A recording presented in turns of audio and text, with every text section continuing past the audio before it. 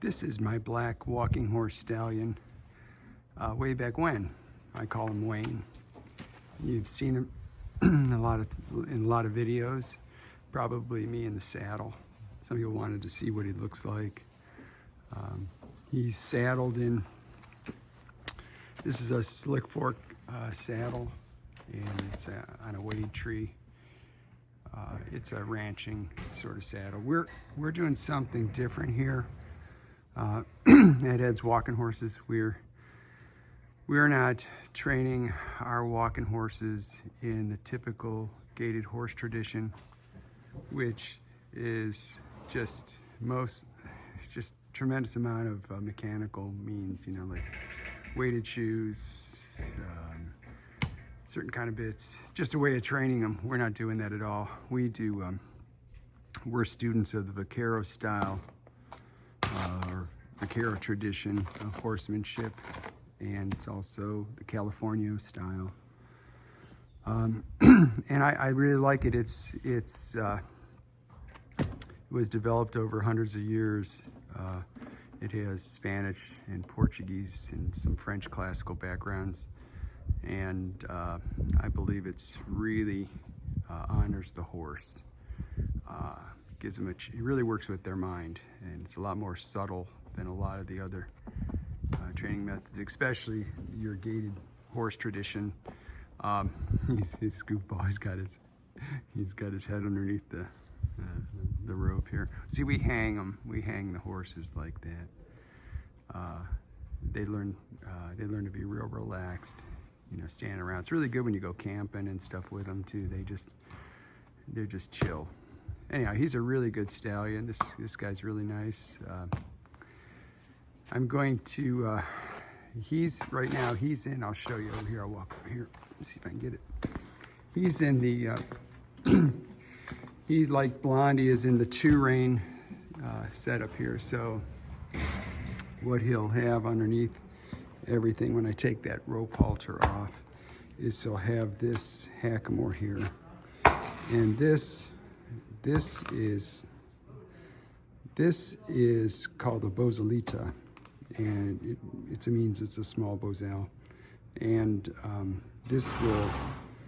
he'll wear this underneath his bridle, which is this western bit here. Anyhow, this is in case I need to do any sort of lateral work with him.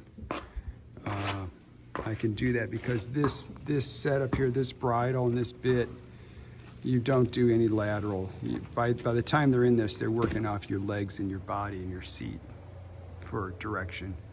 And so then this would just be in case they need a little bit of guidance, like to help maybe curve their head this way or that way a little bit, you know.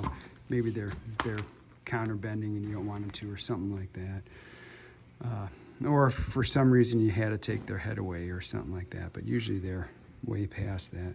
And then this Makati is a horsehair Makati, you can see there. And this bozalita is a 1/4 inch bozalita, and so is the Makati.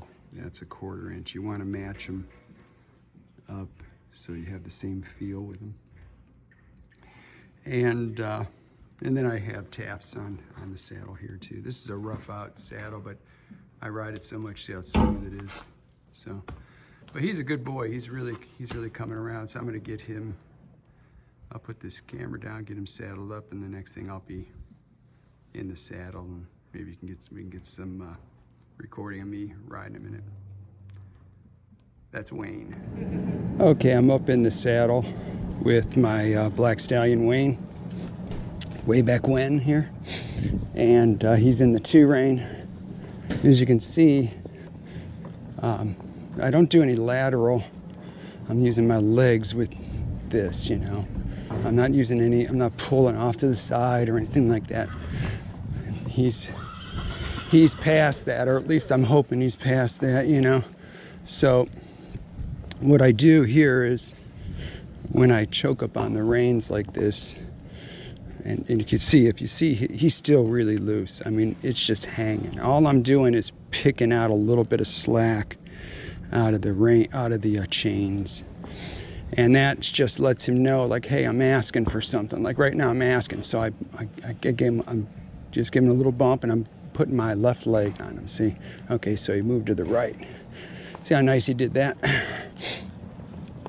And this bridle, when people first see it, and I would have to say myself, probably, I don't know how many years ago, probably 5 years ago, maybe, something like that. When I saw it, I would have thought, there's no way I'm using that, because I would just consider it harsh, because I didn't know any better. But in actuality, this bridle that he's in now is really light. Light, and it's are not severe, okay?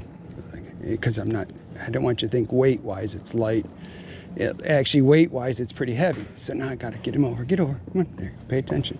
There. So what it's designed to do, like you'll see me talk about this in my other videos, like when I'm riding Blondie or something like that. She's in it. The point of it is it's weighted and balanced to help the horse seek out and find the proper placement of his head and neck, or his or her head and neck, so that they can get in balance, and it helps them. It's like I say, it's like someone learning to lift weights or run a marathon. If you do it improperly, you're going to break down your body. But if you do it correctly, you're going to build up your body. And so this builds up their body to be a good riding horse. And walking horses were bred as a saddle horse. They also did some carts with them, but they're a saddle horse. And they're one of the, in my opinion, one of the secrets out there, almost, like people don't realize how good they are. Because in my opinion, this is my opinion, the gaited horse tradition doesn't teach any real sort of foundation or anything. Now that's a stud right over there to the right. That's why he's looking, but see how he's behaving pretty well. The gaited tradition, they really have, they focus on mechanical means. They weighted shoes, chains, bits, the methods that they train them in.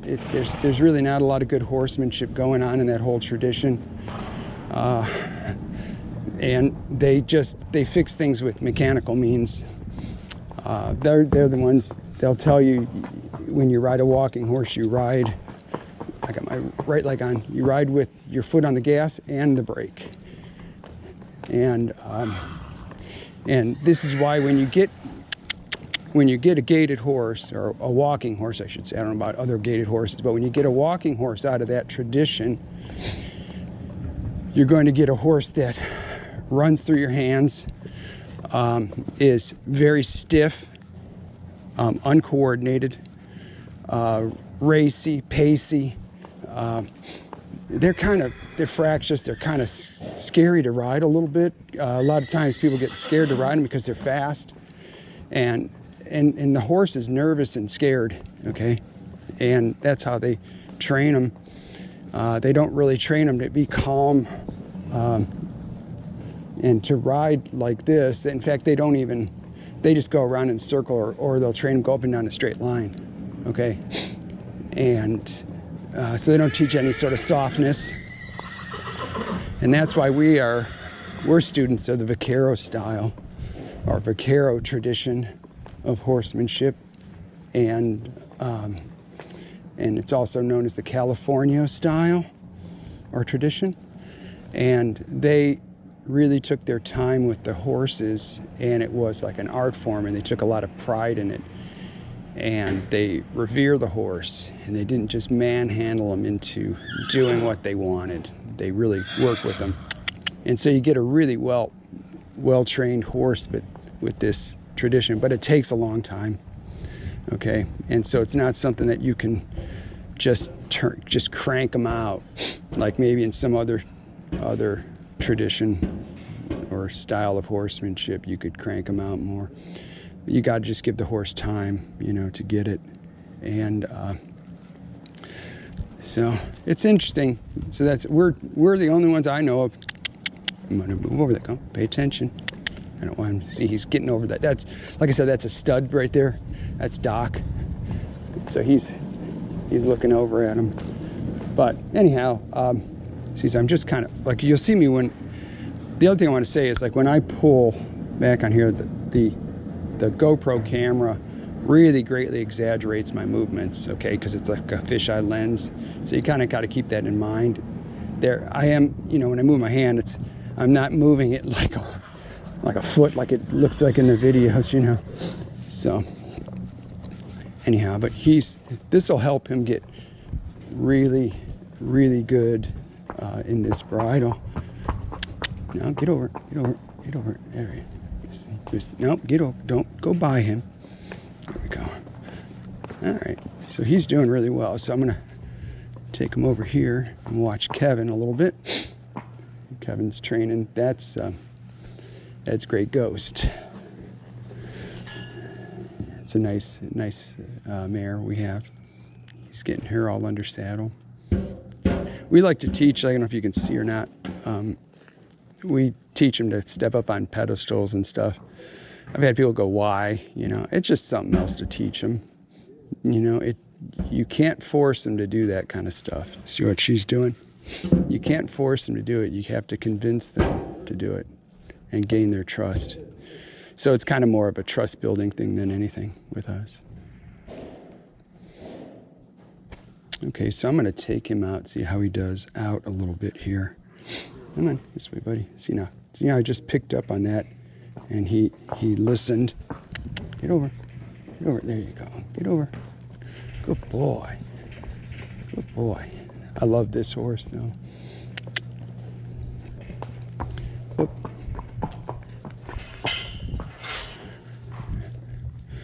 I'm going to go in the round pen now that he's going out of there.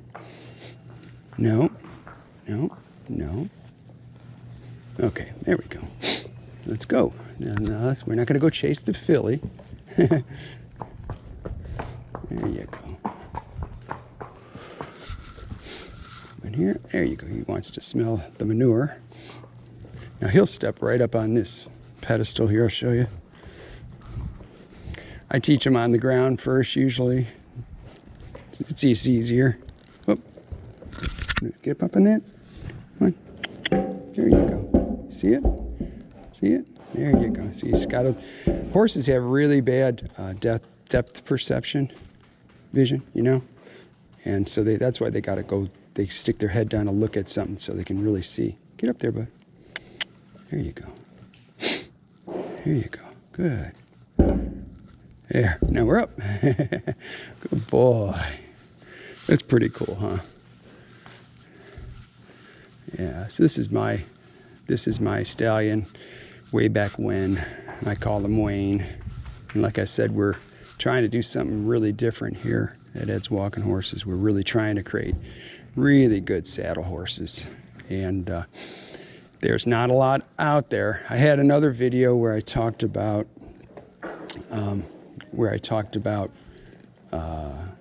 auctions and stuff like that, and horse traders and dealers and stuff. And I wasn't disparaging anybody, and still don't want to, but I think sometimes people think it's like a blue book, like Kelley Blue book. Like when you buy a car, you could look up on a Kelley Blue book and it can tell you the value. When they see these horses that are, you know, $4,000 or $5,000, and they're all this trained and everything, you got to know that what people have done is they have put, you know, anywhere from a week, 30 days, 60 days on that horse. And they kind of tired them out a lot of times. Not everybody, but a lot of them have just tired them out.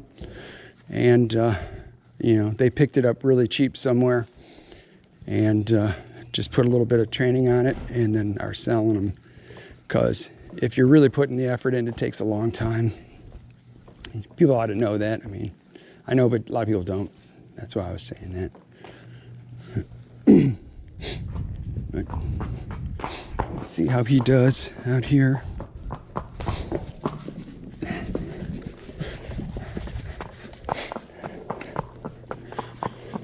So like I've said in my other videos, this bridle will help him bring his head into a good position, because when he gets it in the right position, he won't feel any weight, and so he'll seek that out. And since gravity never goes away, you know, unless you're up in space, since gravity never goes away, it's always there, and it's always 100% perfect timing. So when he gets his head in the right position, the pressure immediately goes away. It doesn't rely on my hands or anything. It's totally just the way this bridle works, and so it really helps them.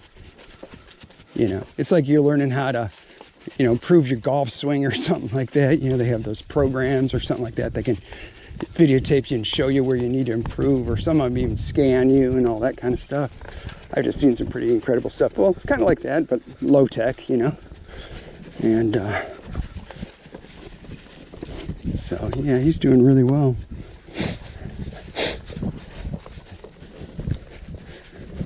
This is what we're trying to do with all our horses, to get them to this level of training. It's really good for the horse. You know, by this time they'll be, you know, pretty relaxed with us, and pretty relaxed with, you know, carrying a rider and all that. Rocky's out there throwing hay. Come on, get over. No, get over. He was kind of getting close to the fence there. Nope, nope. Hey, hey, What? look at this.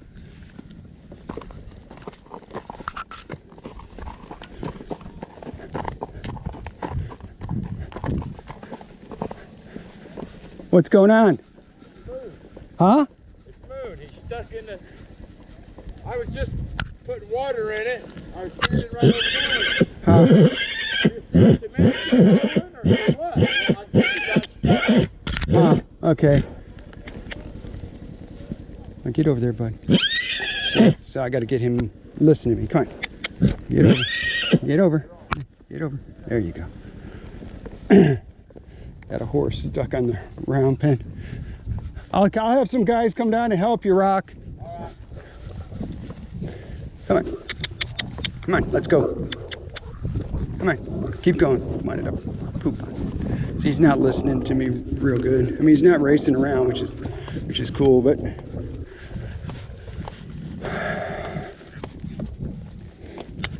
come on, get over. There we go.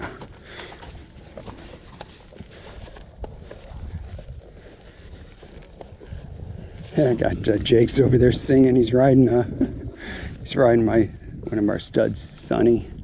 It's sunny day. Come on, let's go. He's pooping. It's important to let him go. They got to pee or poop, you know. Keep their digestion rolling. All right. Come on, let's go. No, let's go. So now he wanted to go back that way by the other horses, so I put my right leg on him. You can't see this stuff, but that's why I tell you. But I don't always tell you everything I'm doing. I just can't talk that fast. And I've had some people make comments and say, like, you're just letting that horse go and run everywhere. I'm not. I'm directing him. You know, in the videos, you just can't tell. And sometimes I let him make the mistake a couple times so you can see it. You know.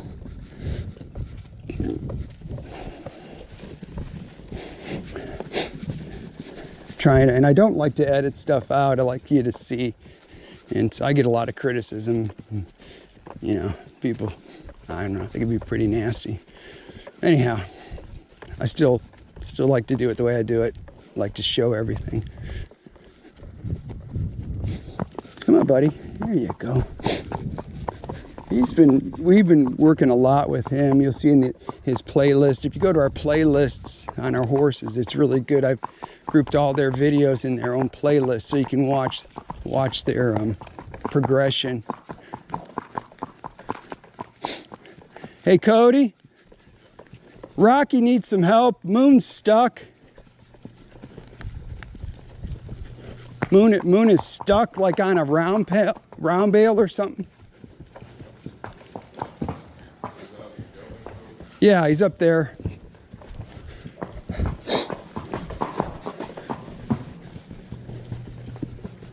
There you go. So I'm just trying to bring his brain back to me.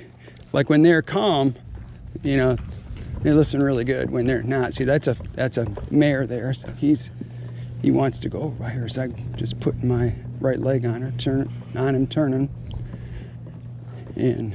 But if you see, I'm not going out like this with the reins or anything. I'm just bumping him a little bit, got my leg on, saying, "Hey, man, pay attention. There you go. Pay attention. There you go. Good boy. Good boy. There you go. Come on. There you go. He's listening really well."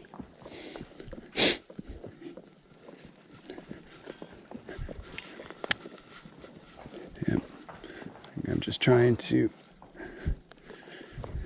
You don't have a lot of,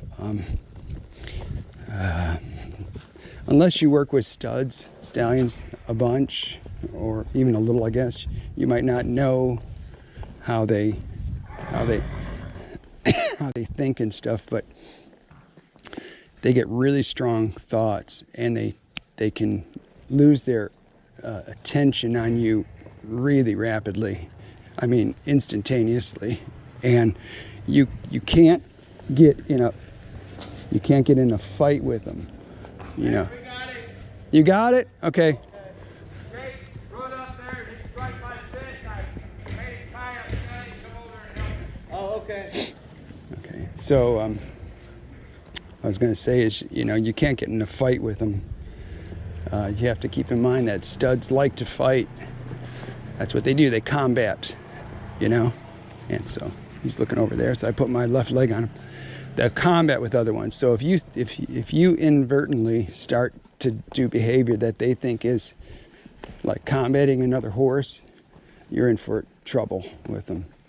So you just need to be kind and persistent.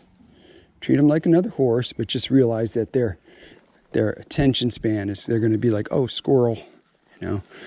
But they're going to be, especially when other horses are moving and moving around and stuff, they think like, uh-oh, I can get maybe I'm going to be combating here, or maybe I'm going to be trying to woo a mare or something, you know. But they're really smart, and just like in dogs, Eric and I were talking about this. I used to raise dogs, and I never had any problem with my intact male dogs, ever. I just never did. I have a real empathy for them, you know, and understand, and just love them. And I'm the same way with the studs. Like we move all our studs around in rope halters. I mean, I don't have any stud chains or any of that monkey baloney. And ours are really nice. You know, I know the breeds, it also contributes to it, but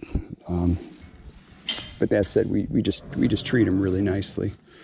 You know, we don't baby them. I mean, we don't like, you know, poo-poo and all that kind of stuff, but we're not at all mean to them. You know, we're just persistent. You know, if we ask for something, we just keep following it up until we get it. And you know, and we're not going to just sit there and just pick at them. You know, you just kind of make it clear, and then they go, okay, I got that. So anyhow, I'm going to keep working with them and keep riding them. Thanks for watching. Should people subscribe? They should. Hey, smash that like button and subscribe. Hit that notification bell. Thanks for watching.